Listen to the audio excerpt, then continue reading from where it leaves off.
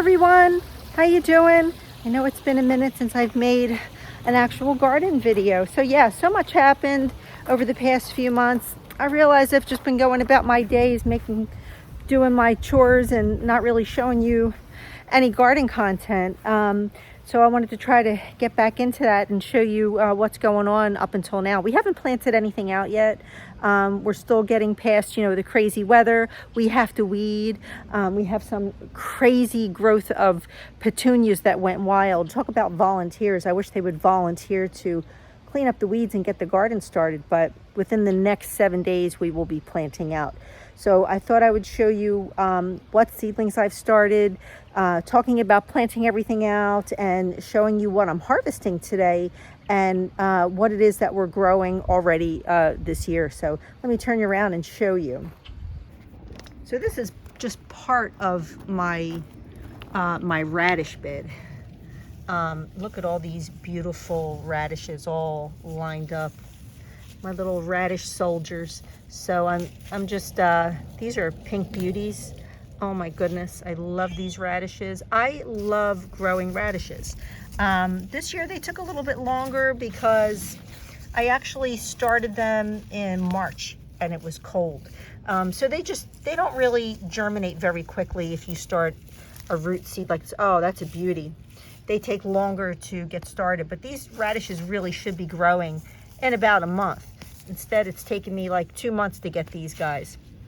I'm going to succession sow another round of different varieties just so I have them in the refrigerator for the season. But wow, I think growing radishes is really satisfying. Look at this. I have some little Japanese maple trees volunteering here. I think we're going to pull some of these out of the ground and try to get them started. So I have an absolutely beautiful bowl here. I'm gonna find some good light so you can actually see me. This is an entire bowl filled with radishes, and it is a little bit of a warm day here. It's like 80 degrees here in New Jersey today, and it's May 2nd. Oh my goodness, look what I see. Yes, I have attention deficit. It's a Cosmos volunteer. Look. The first Cosmos of the season, you guys. There's tons of volunteers though. They're everywhere. So it's like literally I have trays of Cosmos started. Why did I start Cosmos? I don't really know. But in the process of being so excited over that flower, I just dropped my radishes everywhere. So we have a real issue with all of these volunteers. Farmer John and I are both guilty of this. We don't like to get rid of anything. So we painstakingly transfer all of these volunteers into places where they can live. Now last year I had so many Cosmos volunteers, I was able to fill my entire garden. But this year I'm not going to grow Cosmos inside of my tomato beds, which is where I put them last year. I'm going to put someplace else for them. I have other plans. But right now I also wanted to turn you around and show you my lettuce, which I'm very excited about. Yeah, so the lettuce is looking really, really good this year. Actual full heads. And something that I did different this year, you guys, was I started them in bigger containers. I didn't do them in the little 6-pack starter trays that I usually use from Bootstrap. I had some random recycled containers that were probably 2.5 or 3-inch cups that I started these heads in. And the benefit of that was I have bigger heads of beautiful lettuce right now. This is gorgeous lettuce, but I have less heads, and I never went back and started more because we have been so insanely busy with a very, very big project.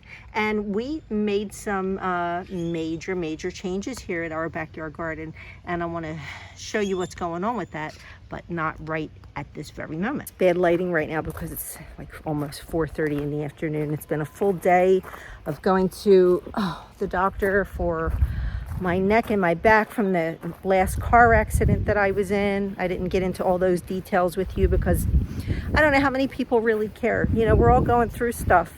People are running for their lives from fire. There's floods. There's all sorts of war craziness. So the last thing I want to do is come on and start complaining to you guys about my car accident and the weeds in the garden and all of that. but I feel like I haven't been telling you everything. So let me open up the umbrella. So we're so far behind on our projects from everything that's been going on, between the car accident that happened, slowing me down, giving me these injuries. I got really sick earlier in the year. Everything fell behind, and then the garden season hit, and it's like, okay, it's May. I did manage to get all of my seedlings started, but we had delays in getting the garden ready. So, and now we're dealing with rain on the weekend. So Farmer John is way behind on getting everything weeded and made pretty. So I haven't done a garden tour for you guys because everything is a disaster. So, but I watch other channels too where their yards are a disaster as well. And it's like, it's a beautiful mess. It doesn't really bother me anymore, but I do feel better with having everything in order when I take you guys around and show you. So a more in-depth garden tour is coming up, but I did want to show you all of my seedlings that I started because things are looking really beautiful. And I also wanted to talk to you guys about something that I've been thinking about for a long time. As I take you back and I look at my lettuce bed, every year we always fantasize about these big old tomato sandwiches when I'm, planting my seeds. And we never have lettuce and tomatoes, like tons of it at the same time. There's a short window at the end of the year in September where we have some end of the season tomatoes when I get my lettuce restarted in August and September, but it's so short. We only end up getting like 1 or 2 tomato sandwiches with lettuce. So I keep thinking of ways that I can extend my lettuce season through the heat of the summer, and what is it that I can do to grow lettuce in a more controlled environment. So I'm going to get into that with you in more detail in a moment also.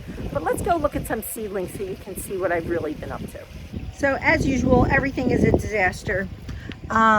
There's just so much work to do. We never got in to fully clean out the greenhouse or clean it up, but I did start a lot of flowers this year.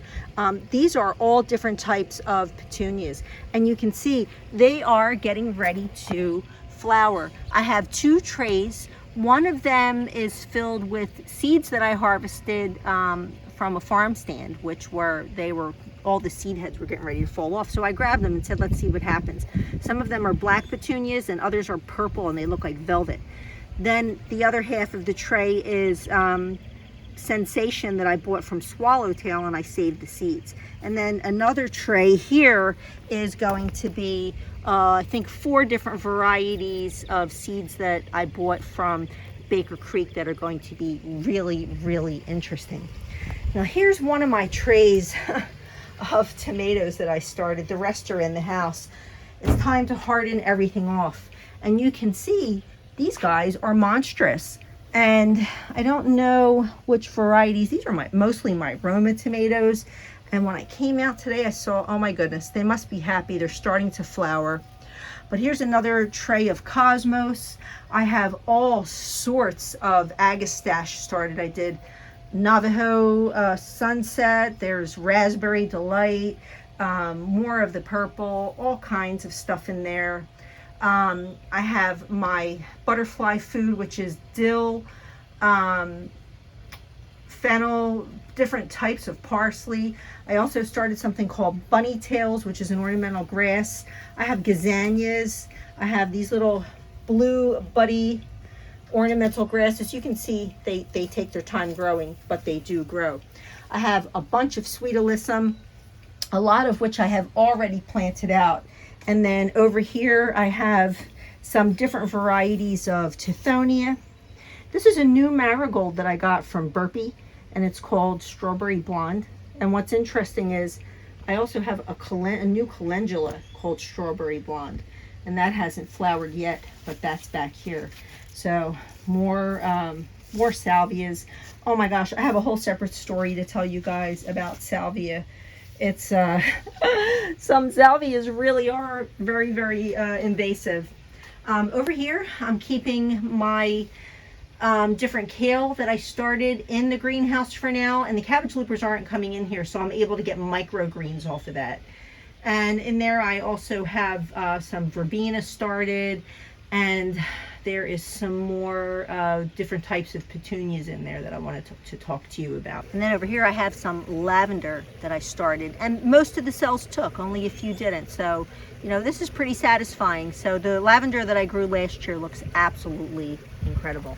And look at this guy. I sowed these seeds like 3 years ago.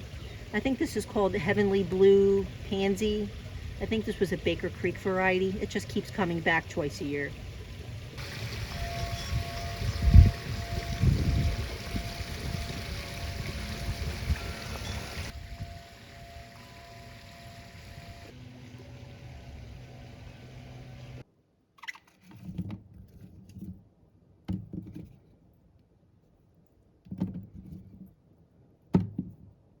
So here's my seedling rack, you guys, and as I said, you know, some of it is still outside, but wow, this was so full. I'm struggling to keep everything in here. You can see that my peppers are touching the lights. So, and some of my tomatoes, this is actually a mixed tray. And my usual population of fungus gnats, you guys, I'm going to attach a link for these little stickies because they really do work. And of course, Aki is always screaming in the background. I have some new tomato varieties that I've started this year that I'll be telling you about later on. This is one, it's called the Veranda Cherry. This is from Burpee Seeds. And I think that I'm about to get little sets of flowers and tomatoes off of these guys.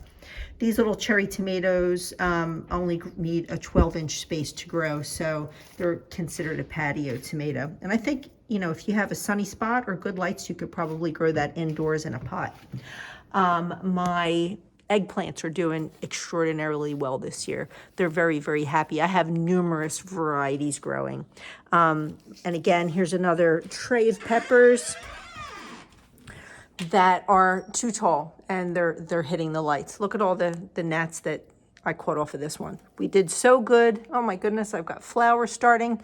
There were no gnats for the longest time, and then all of a sudden everything just woke up. Down here I have some extra basil. I actually have trays of basil growing, lime basil, lemon basil. I have some Navajo Sunset Agastache. This is just an additional tray. I already have that started. So this was stuff that I started extra that is already in other trays elsewhere. Here's a bunch of starter cucumbers. I have zinnias and marigolds started over here. All this stuff is getting ready to go out. I can't even believe it. But here, I'm going to show you what you've been waiting for. It's the tomato jungle. You guys, these plants are enormous. I think last year was the year of peppers, and I think this year is going to be the year of tomatoes. I can't even get in here. I had to have them on the shelf in my window because they're so tall. There is garden soil everywhere. Dragging these in and taking them out and trying to harden them off, it's really not a whole lot of fun, but I must be doing something right. A couple of tomatoes that I wanted to point out that are doing extraordinarily well. German pink is a big winner for me. They have the huge potato leaves. Castelluto genovese, oh my God, that is a super aggressive plant. And right now, because there's so many in here, I can't even really individually point out which tomato is which. Look, it's Farmer John in his work clothes. I'm where the wild things are. That's me right there when I was a kid. Now this is me. Well, that guy's got more hair than me. I got to find a bald one. Oh, no. Somewhere in there. But yeah, that's me there. Great story. So yeah, you can see how much stuff I start in that back window. It's craziness. So, you know, I imagine myself in there with the gnat problem and trying to grow lettuce on the windowsill. You know, it's probably something I can do. At one point when I first started growing lettuce, I remember wanting to see how quickly it would germinate. So I had a pretty big pot of soil, filled with potting soil. And I just threw some lettuce seeds in there thinking I was going to transfer it out into the garden when it grew. But I actually had a pretty nice head of lettuce growing in there, and I was taking it off as like microgreens and putting it in the salad. But with the garden soil, I don't know about you guys, I don't really have any luck with having like house plants or things in my house because of fungus gnats. So I'm trying to think, is there a way that I can avoid this? So at some point we talked about hydroponics, and I'm hoping you guys can help me, and this is where I'm hoping you'll engage with us. Do any of you grow with hydroponics? Because I thought if I can get a few hydroponic lettuce plants started in there, I'll eliminate having the fungus gnats, I think, with the without having soil. Now, if you're watching this and you grow with hydroponics, do you get fungus gnats? Because I need to know how to venture into this. And ironically, as we were talking about this, I heard from a company called LetPot. And LetPot asked us if we would have a look and give an honest review of one of their hydroponic systems. So I'm going to show you, this is what they sent.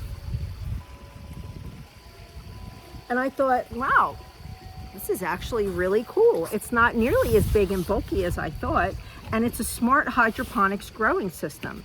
Now, I haven't had a chance to take it completely out of the box, and I'm going to do a feature video on this. Right now, I'm just mentioning it in this video because it's one of the things that are going on. I'm going to tag you with information in the description of this video in case this is something you're also looking at. But wow, this little kit really came with a ton of information in all of their pamphlets. They have different apps, and there's different incentives on their social media pages. They have tons of different sizes. This one here is the specific model is LPHSE, as you can see right here. And this is the 12 cell system, and it comes with a grow light and everything. And I thought, well, this is cool because you can actually program it through Wi-Fi. I guess you can use your phone to operate it. I still come from the land of 8-tracks and cassettes and record players and things like that. You guys, working with phones and stuff like that is not something I do. But if this is as simple as downloading an app in order for me to get support, to answer questions, or if I'm having any problems with operating the system or getting it set up, they're easy enough to reach out to. And it basically tells you all the little things that come inside of the box and how to get it started. And I thought this was really cool. So as I read about, you know, the good stainless steel construction and the different brightness options, if you have seeds or if you have plants that are growing, the little cells come with little domes so you can germinate seeds inside of this, and it does everything. It holds plenty of water, and you know, it just goes on a whole system of, you know, when it waters itself. And the thing that I love about that, I don't go on vacation, but for people who do, it's like, oh, I can't go away because there's nobody to water my basil plant or nobody to water my lettuce that I'm growing.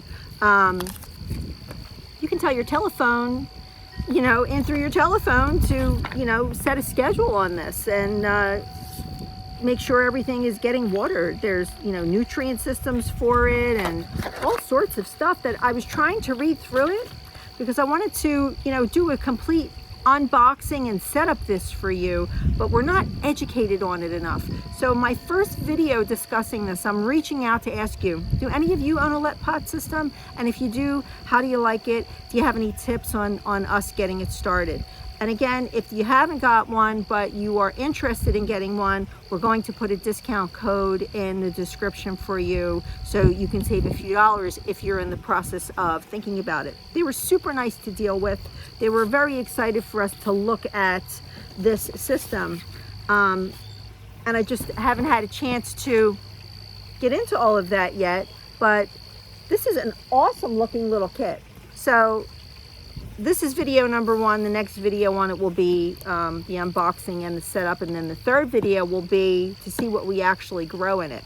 So I think this is a great system if you're trying to supplement or extend your growing season for something and you want to do it inside, or maybe you live in an apartment and you have zero opportunity to grow anything outside, because there are people who have zero opportunity, whether it's because you don't have a balcony or you don't have a patio, or maybe you live on the shady side of a building, or your yard is in the woods, or, you know, and you just can't grow anything. And it's funny because the universe tries to tell you different things. As I said, I was talking to Farmer John about ways to extend the lettuce season. I heard from them, from LetPot, about this system, and they sent it. And then I was scrolling through Facebook, and I saw on one of my gardening pages, somebody had a hydroponic system just like this set up on their kitchen counter. And they were growing a cherry tomato plant out of it. And the cherry tomato plant was climbing all the way up the wall. And they said, you know what, I'm not going to do anything about this. It has flowers on it, and it's getting ready to start fruit. If this tomato plant wants to grow up my wall, I'm going to let it happen. So that got me to thinking, wow, maybe I can grow a veranda type cherry tomato. If I had cherry tomatoes growing in the winter indoors, my life would be so happy, because we're so sad in the winter months when we don't have our tomatoes. So I'm going to take this system very, very seriously. Again, I'm going to have a look at it, and maybe you guys are too. So make sure you're subscribed and hit the notification bell in case you're interested in hydroponics. And like I said, please educate me. You guys, please make comments if you're into this at all, even if you've just started or you're curious about it. I would love to hear more. Oh, and by the way, there is, I think, a LetPot community that you can subscribe to as well. And I'll have to get started on that, where everybody talks about what they grow and how they did. And I think this is going to be a lot of fun. Well, you guys, I was just moving my tomatoes out to harden off overnight. And as I'm inside of the Yardistry greenhouse, and as I was moving things, I realized I have a baby pepper on my sweet banana peppers. Oh my goodness. And I think I also might have some fruit starting somewhere in these eggplant.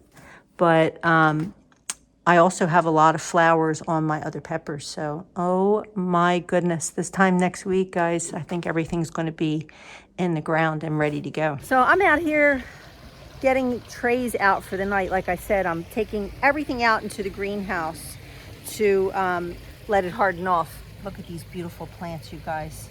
These are my tomato plants. So I've been bringing them out during the day to harden off, of course, so that they get the sun exposure and the wind.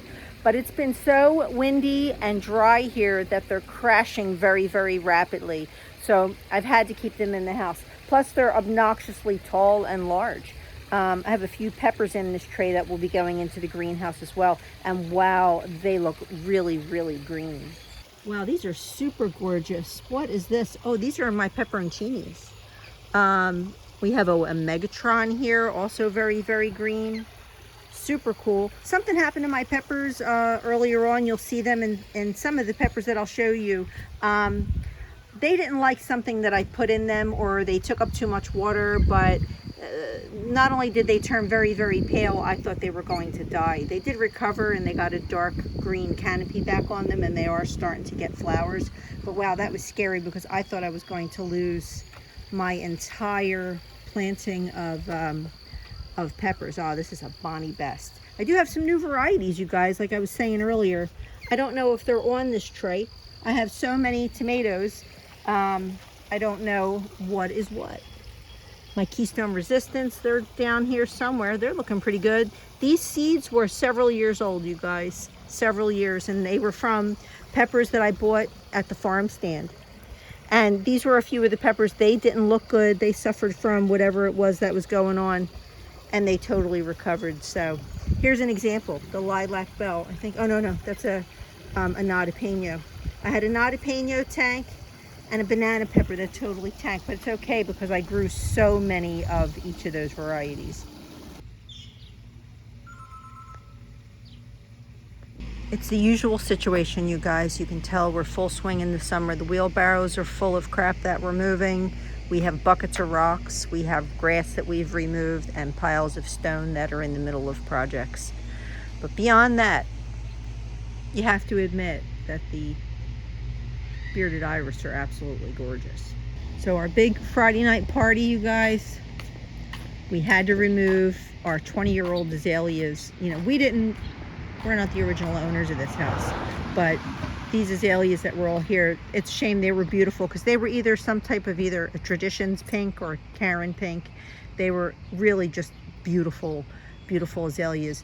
And we noticed they were a little sick, but we didn't know what to do with them. So over the years, they got sicker and sicker. We removed all of them, and we're replacing them with these. These guys are on sale right now at Lowe's, you guys. They're smaller, and I feel like they're less susceptible to transplant shock. Now I'm a little disappointed because I thought they were going to be a little bit more on the pink side, but this is still a beautiful color. You can see it's more of like a rhododendron level of purple, but it's not going to pop as much as the pink ones did, but I think, you know, they're going to look nice. And I'm not really, you know, going to sweat it too much because they're not in bloom for very long. So we just want to make sure they go in and that they're healthy this time. So we'll be planting 6 of those, but we had copious amounts of liriope that we've been moving all over the property. I wish I could turn you around, you guys, and show you what's behind me right now, but that's going to be a separate video. So what we've done in our attempt to remove all of the grass, Farmer John has removed the very last section that's on our property line. That's at the grassy strip level, and he's replaced it with liriope. And this is all volunteer stuff. So I think right now liriope is $7.98 a container at Lowe's. So add it up, you guys. This stuff spreads like crazy. This is a perfect ground cover if you're trying to eliminate grass, which we'll be showing you in another application. But yeah, Farmer John, I think you did a good job. Yeah. So maybe you'll be able to get a couple of azaleas in tonight, huh? Yeah, I think so. Awesome. Be able to get them in. Very cool. Now on the other side, what we have is blue rug juniper, and this is what blue rug juniper does, you guys, as a ground cover. And again, I want to show you what's going on, but I can't. Okay, I can't show you.